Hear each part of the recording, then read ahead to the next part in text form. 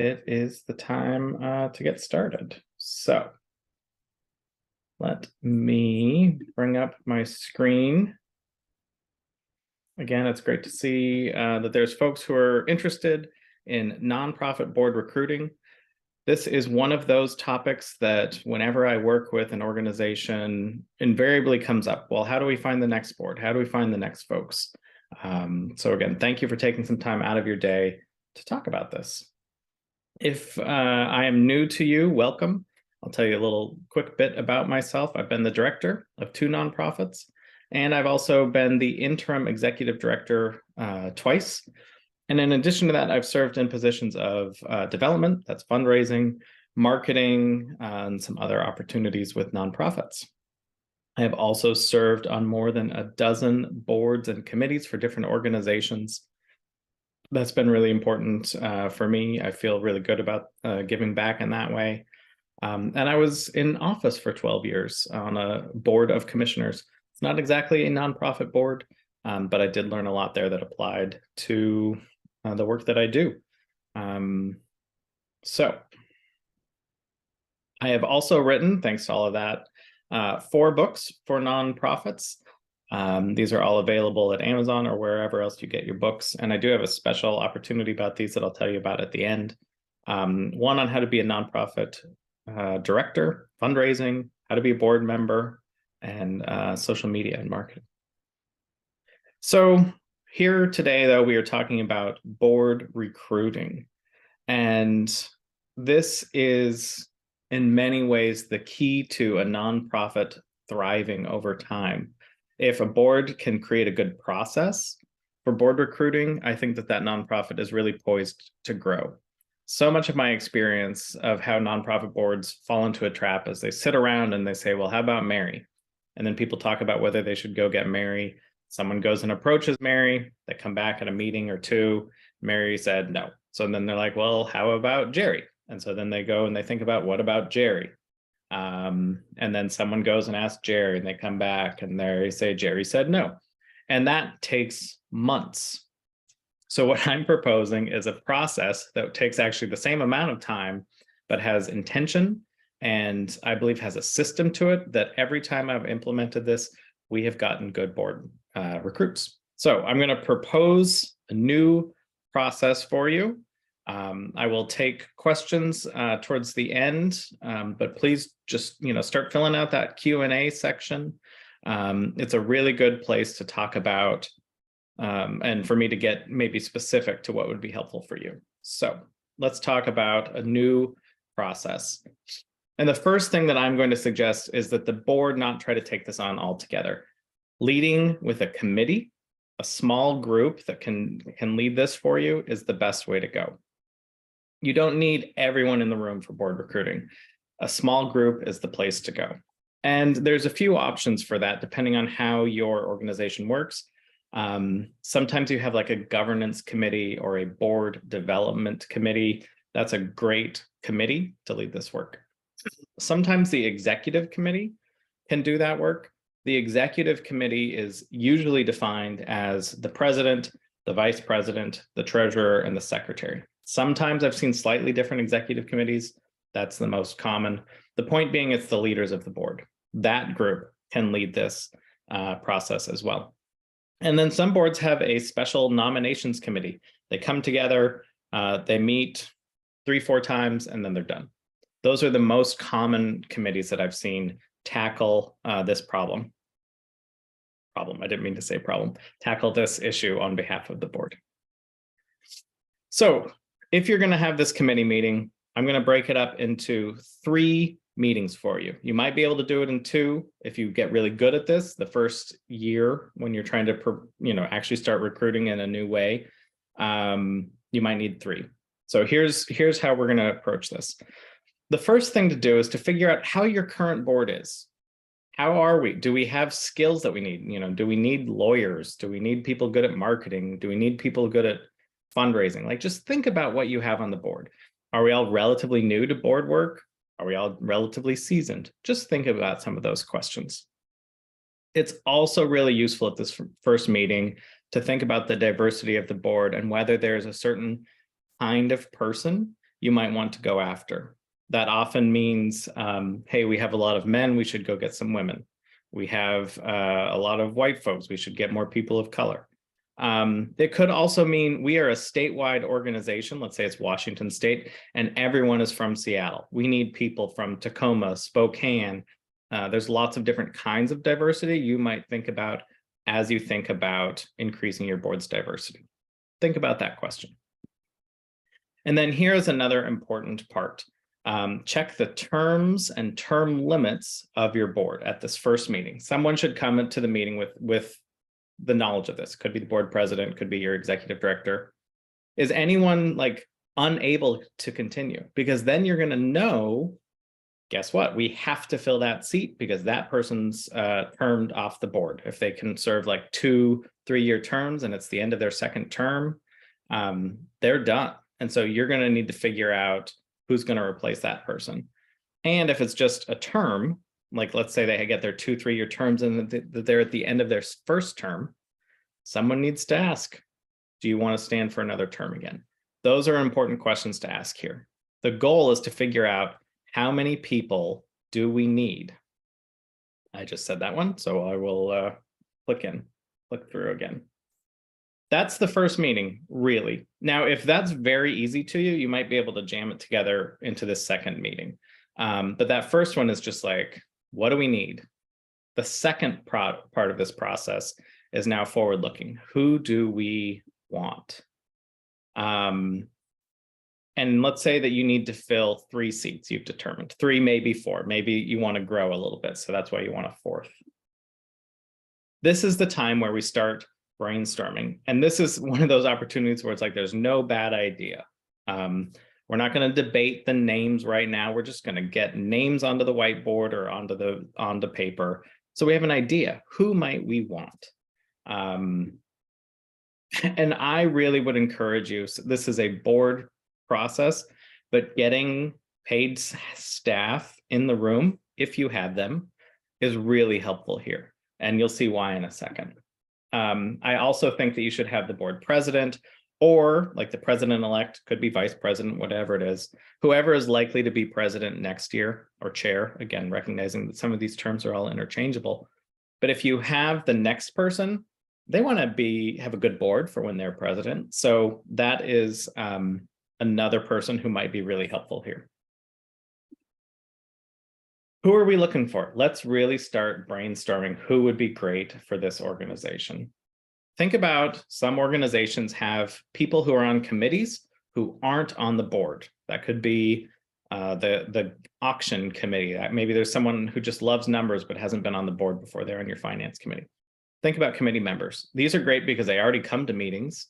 They know that part of it. You might be able to get them to the next level. Engaged donors. I don't just say wealthy donors here. Note, I say engaged donors.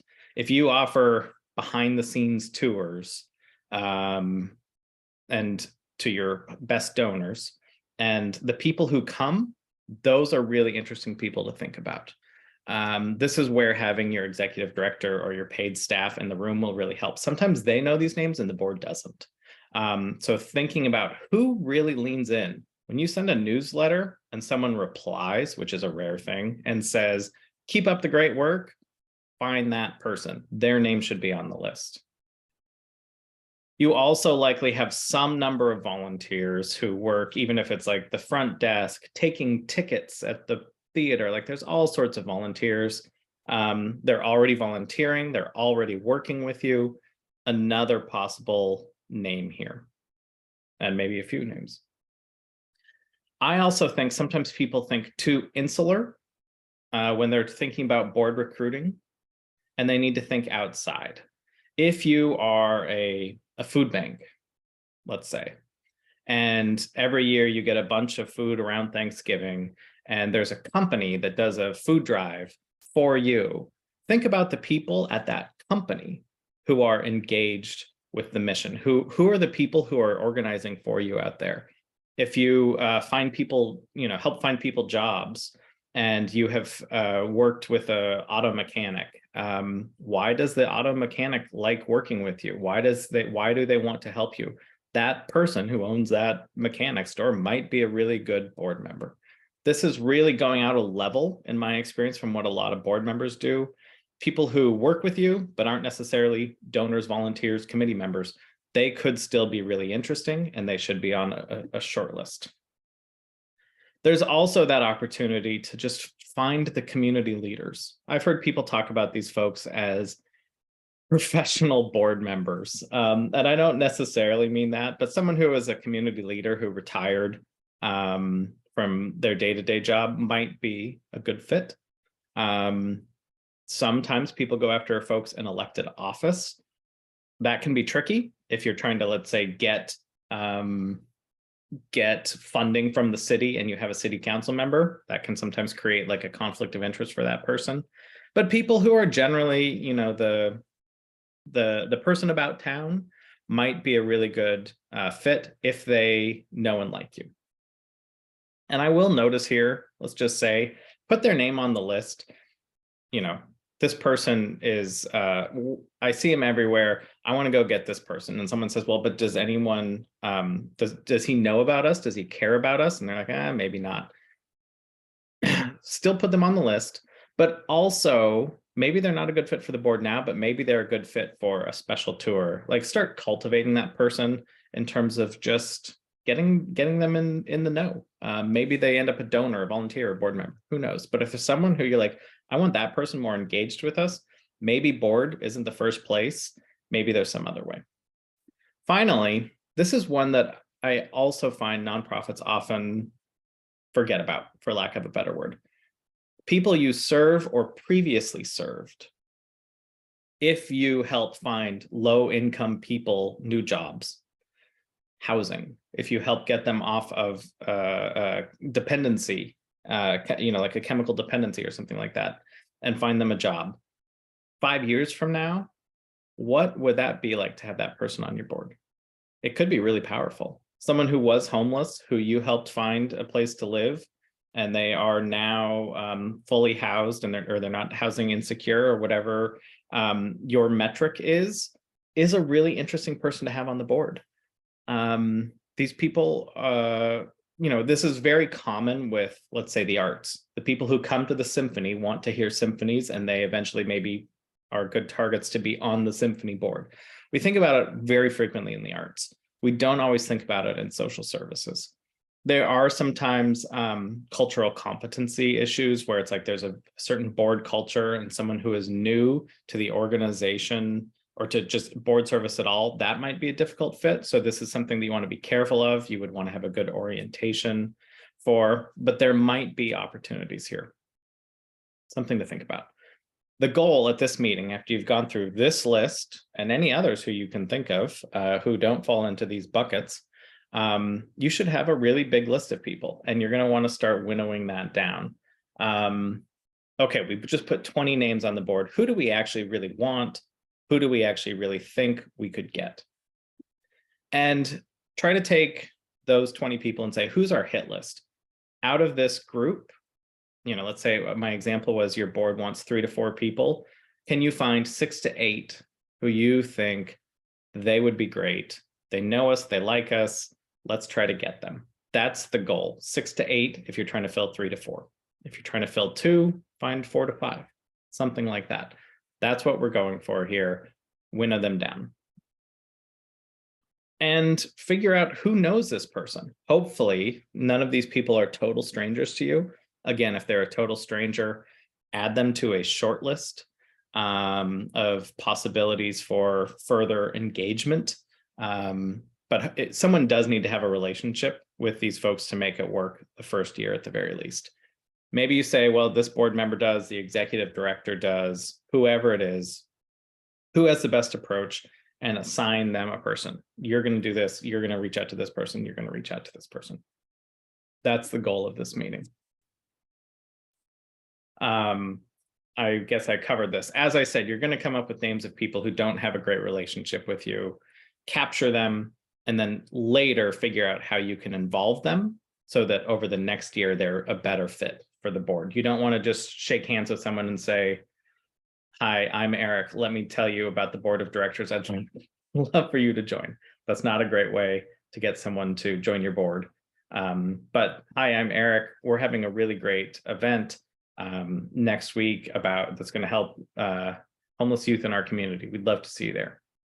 That might get someone. Okay, so we've just had 1, maybe 2 meetings. There's a little bit of in-between work that we need to cover. And this is, if there's any lesson that I want folks to take from this, it's to learn this phrase, stand for nomination. One of the things that is so clunky about how boards traditionally recruit is, as I've described at the beginning, but I'll repeat for those who've joined since, you sit around and you're like, how about Mary? And everyone talks to Mary about whether Mary would be a good fit on the board. And finally, the board says, yeah, Mary would be good. And then they're like, why don't we send Eric to go find out if Mary would be interested? That's the process. People are deciding on a name before Mary has even heard that she might be interested, that people are talking about her being on the board. But here's the flip. If you just go to these folks and say, we are looking for people to stand for nomination, what that says to that person is, I have to say I'm interested, because you can just approach anyone. Would you be interested in standing for nomination to the board? But it gives you the flexibility to back away if needed. We asked 8 people to stand for nomination, trying to get 4. And oh no, 6 said yes, they would be interested in standing for nomination. Oops. Well, guess what? Everyone understands if they're standing for nomination, they might not get it. This is the key. You want to go out there and say, who's interested, while having an approach that lets you say, there wasn't a fit this year, but we absolutely want you for the next year or something like that. That is the power of this. Instead of deciding who you want first and then going out and seeing if they're interested, go out and see if people are interested and then have a process to evaluate them.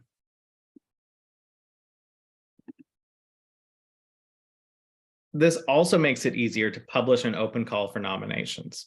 Many nonprofits have newsletters, Facebook pages, all of these things. And it helps to put this out there. We are looking for board members. If you're interested, here's a form. If you're interested, here's an email address. If you can do that, it's really impactful, because first of all, it tells everyone else who you are like going out and getting, like, oh, wow, they really are like trying to, find not just me, they're trying to find multiple people.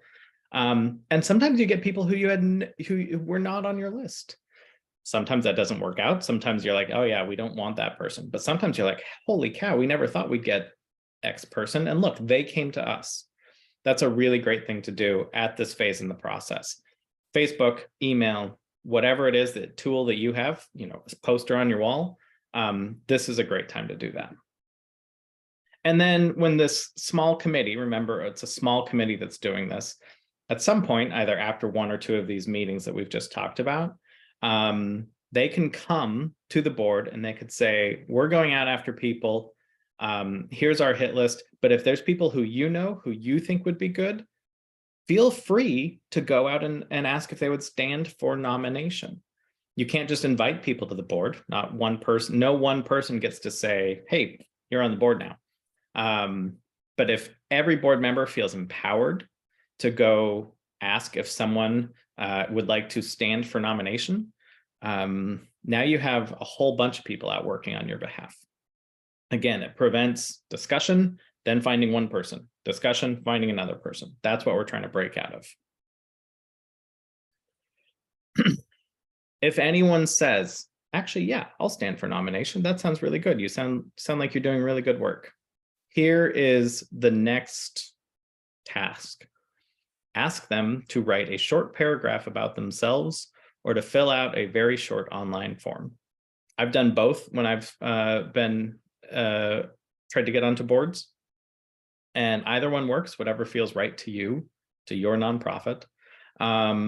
This I really feel is important because it is secretly a test. If someone says, yeah, I'd love to be on your board, and you say, great, would you send your resume? That's another thing you could do. Or would you fill out this form? And if they don't do it, that tells you something. You don't want a board member who isn't willing to do even the most basic of tasks, like write a short paragraph about themselves and why they're interested in the board. It is a really helpful way to understand if someone is maybe a little bit on the fence, maybe not going to do a lot of work once they're joining your board. So it also, this isn't just a test. The reason that you want to do this is not everyone's going to know everyone. So as you're evaluating, again, you're trying to fill 3 to 4 seats and you have 6 to 7 people who have filled it out. I don't know who all of these people are, but we have resumes, short online form, paragraph about everyone. That's really helpful. And so as I said, this is a 2 to 3 meeting process, depending on how you're structuring it. And we're entering our 3rd meeting. Hopefully going into this meeting, we have all of our names and we need to say, okay, we need to evaluate what we actually want. We got more than we thought we would, or maybe we don't have enough. We wanted 3 to 4 and we have 2. So now we have to figure out, okay, do we really, who are we going to get to be our 3rd person? That could also be part of this opportunity. And do we want all of these folks? Who is actually going to be a good fit? Hopefully, and in my experience, this usually works. Going through this process gets you the names you need. If you can get all of these folks involved, interested, usually you have more than you need, or right about there. So who best fits your needs? And this is the kind of meeting that could be a little delicate, and I would encourage confidentiality with this committee. Because here's an example of a conversation. We want people with business skills, and we found 2 people who run small businesses. But we also know that we need more women now because we have too many men. And so why don't we choose the woman who runs a small business as opposed to the man? That is a possibly delicate topic, and I would encourage confidentiality, but those are the kinds of things that could happen at this meeting. And as you're thinking about these names, these are some of the things that people often look for. And as you're looking for them, you do want to look for these as well. Does this person care about us? Is there anything in their paragraph, in their biography, like why is this person engaged? Let's just make sure that this person isn't just trying to make a name for themselves in the community. They should have some demonstrated reason why they want to be on your board. It's great if you can find someone who previously has board experience.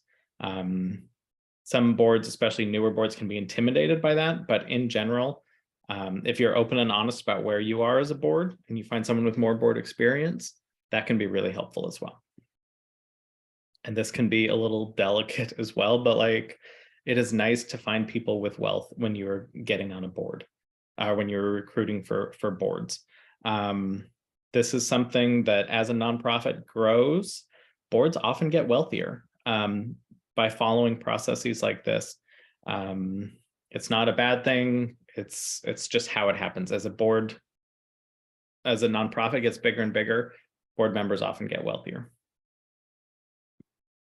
And then often, as I said, boards look for people with particular skills. These are the most common that I see: finance, law, marketing, business skills, maybe political or government connections, things like that.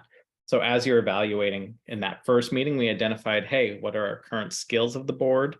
That you can identify gaps. We could really use a lawyer. We could really use someone who understands marketing.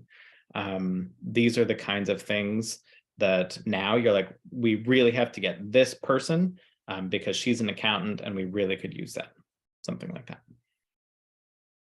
And as I said, diversity, having that combination where you can, someone's messaging me in the background, I apologize. If you can look for not just the individuals, but how they reflect your board. This person's great because she lives across the state and all of us live in Seattle. She lives in Spokane. That really helps us make sure we represent the full state. We have too many men on the board. We want to have a more gender balanced board. Let's look for more gender diversity. As I said, there's lots of different kinds of diversity your board might look for, but you're thinking about people not just as individuals here, but in terms of how they complement the group. And here's something that I think that this is important to note. No one like specifically looks for this in my experience, but it is the secret skill that we all desperately want. People who can work well in groups. It's nice not to add a jerk to your board. It is nice not to add someone who loves to be, play devil's advocate. These situations, we want to look for people who work well in groups. It is really important. And if they have board experience, if people have other relational experience with them, this is something you want to just kind of ask for, or just look around and see, has anyone had negative experiences with them? These are things to just keep on your radar. If you're not sure, if there's someone who you're like, oh man, they're a really big personality and they might be great, but they also might try to run roughshod over everyone. You can test them by inviting them to join a committee. That is a really useful way to test whether someone can work in a committee. If they join the fundraising committee and they never show up, again, maybe that tells you something and they didn't take up a board seat. Also at this meeting, I'm going to give you the option that you could schedule a fourth meeting for interviews. Some boards do this. I find that the larger, like a statewide board might be more likely to do it because people are so far away and they want to do some Zoom calls and really understand who these folks are. So yeah, national groups, regional groups might choose to do this.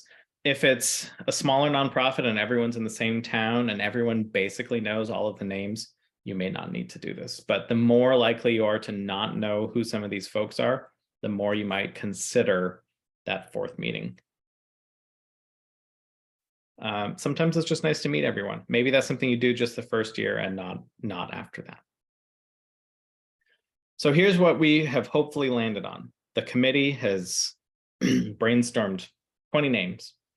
We found 8 that we want to approach. We got 5 to 6, and we cut that down to 4. So we have 4 names that we are bringing to the board. Those names should be brought with their paragraphs or bios to the board for a single vote. We are asking that you bring these 4 people onto the board. And someone might say, hey, I nominated my friend Jim, and you're not bringing him forward for nomination. What gives? And you can just speak to that question. You can say they were great. We just didn't think we had the room for them. We thought that they would be great to have in our back pocket for next year. There's lots of people will often understand. You can also just say like, Jim was great, but these 3 we really felt strongly about for what they brought on. Had nothing to do with Jim. It's all about this person. Most of the time, someone's not going to care too much. They just might be a little surprised. And because you used that stand for nomination phrasing, everyone should understand. You can let anyone down gently and say, would you be open to consider, to being considered in the process next year to those who you actually do want to consider? This is the kind of benefit of this is you can just keep moving forward people to the next year when there are spots or committees or other opportunities. I also really think this is it's actually past recruiting, but it's really important to mention. We need to get these people ready to be on your board. We need them to go through some sort of orientation process. I also really like following that with a board social. It's nice when you take these new board members and you don't just have that first meeting and they're suddenly governing with you. So if I could do this, I would host a 60-minute orientation. What's the history of the organization? Here's how here's our finances for right now. Here, let's have a small group conversation about some of the challenges that we expect to face over the next year. All of those great opportunities to build the board and help them understand what's happening before they're thrown into the deep end. That's from 4 to 5. At 5 o'clock, there's a board social. Oops. At 5 o'clock, there's a board social. And maybe we also at that board social thank the departing board members. Maybe there's like a passing of the baton that happens there. It's a really nice model if you can do that during this transition time. I'm just going to throw out here what this could look like. So at your July board meeting, let's assume the boards start January 1. At your July board meeting, we identify the committee members who are going to lead this. Someone could just say, we're deputizing the executive committee, or the governance committee is taking this on. August or September, you have that first committee meeting where you decide who do we need, or how, you evaluate your current board. Again, you could combine those into one longer meeting, depending on how well you know the situation for the current board. Who do we want? And then you need a month to like go out and talk to people. There is time that is required here. It takes time to get on people's calendars, coffee meeting, phone calls, whatever it is, publishing, open calls. That can take some time, which is why you don't want to rush this all at the end. This is a little bit of work in the summer, but most of it's in the fall. You have a meeting in this hypothetical situation in November where you evaluate who do we have. You bring those names at the November board meeting, and in December, you have that orientation in the social. Welcome new board members, farewell departing board members, and hey, it's a Christmas party at the same time. So something like that, I think, is really powerful. And I'm going to be able to take some questions here, and I would encourage you to drop them in the chat, or actually the Q&A. There's already questions in the Q&A. I can see that right now. And while you are doing that, I'm just going to take a moment, if you don't mind, to tell you about 2 ways that I have set up to help your board. And one of them is this nonprofit board member bootcamp. This is a course for board members that I literally just launched a couple months ago. It covers the responsibilities of being on a board. What does it mean to be an individual board member? Like, what are your responsibilities? Not just the responsibilities of the board. What should you do? What's your job? Takes you through meetings, if that's something that you're new to. Ideas on how to make your committee work a lot more effective. Goes through the jobs of the board officers, and then there's a lot of resources in there as well. And I'm also offering for anyone on this webinar a 20% discount. And if you use coupon code RECRUITME, I thought that would be fun given our topic today. 20% off, it is in all caps, and you can sign up with that. And I set that to be only available through Friday. So I hope that you will consider something like that. If you enjoy courses like this, it is very similar to this kind of format, me talking, sometimes slides, sometimes not. I hope you'll check it out. If you're a reader, like one of these 4 fine books, I hope you will consider those as well. And if you'd like them for your entire board, I've set up a deal on my website. Amazon is great. You'll get my book paperback within a couple days, or the Kindle version, instantaneously. But if you want to buy it for your whole board, you can actually get the little book of boards. What I did is, if you buy at least 5, you get 30% off of that cover price.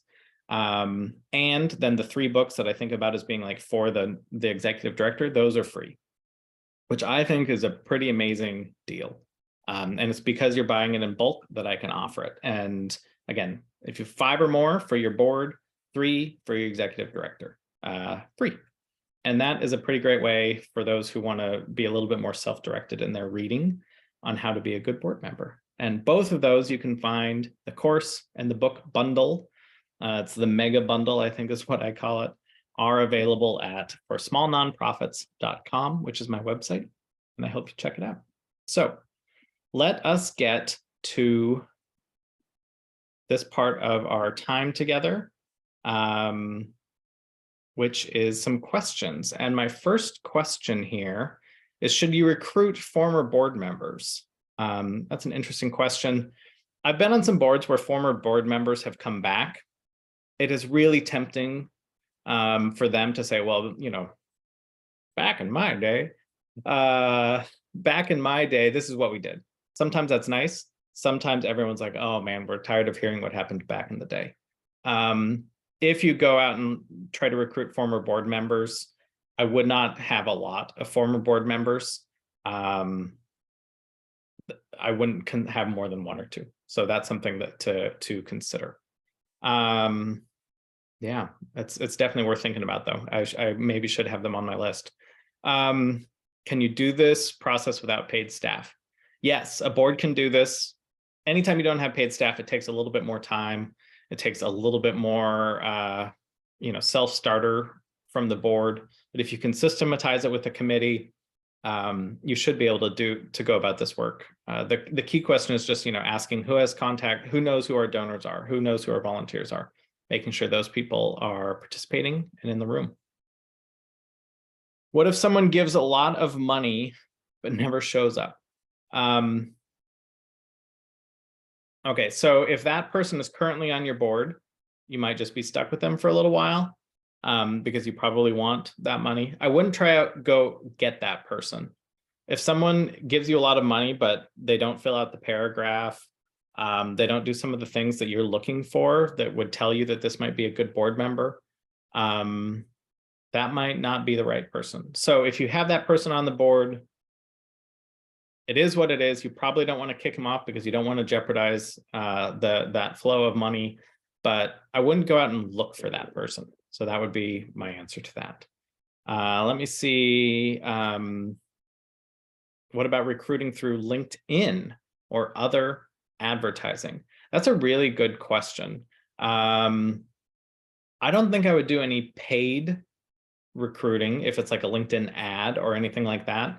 Posting on social media, for me, I mentioned Facebook, but yeah, LinkedIn could be great. And this is where board members can be really useful. Ask all of your board, would you post to your Facebook? Would you post to LinkedIn? Wherever you're active, that has that network effect. It's not just you posting.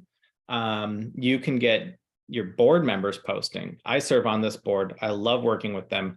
Come join me is a really powerful recruiting option. And that is where it is helpful to have a form or something like that, where someone can fill it out to learn more, because then it's like a link that you can share in those ways. If it's just an open call, hey, come join me on the board, and there's really not any easy online follow through, it's not going to be as powerful. Okay, I'm also seeing some questions here about the content. Can you share which order to purchase and or read the books you have written? So those 4 books can really be read in any order. Depends on what you would like. If you want help with fundraising, choose the fundraising book. If it's for the board, choose the board book. I think it's depending on what you need. They're all written to introduce you to the topics of that topic.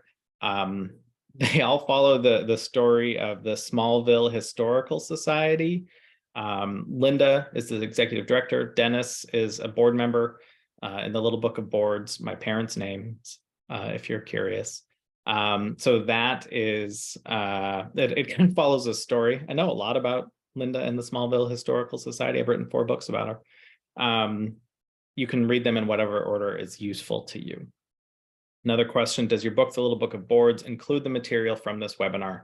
Yes. The course and the Little Book of Boards both cover this process.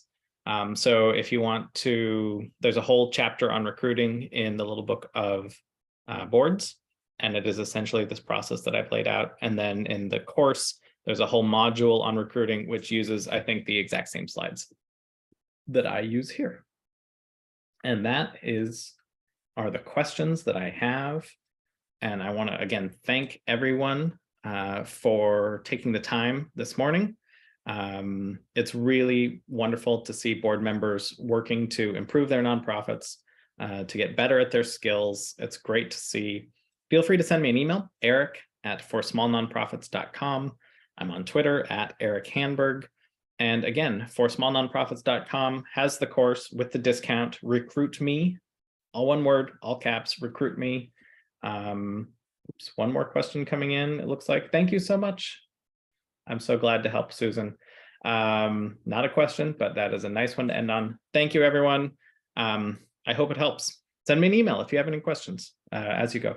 Good luck. Now I'm going to end it. Thanks.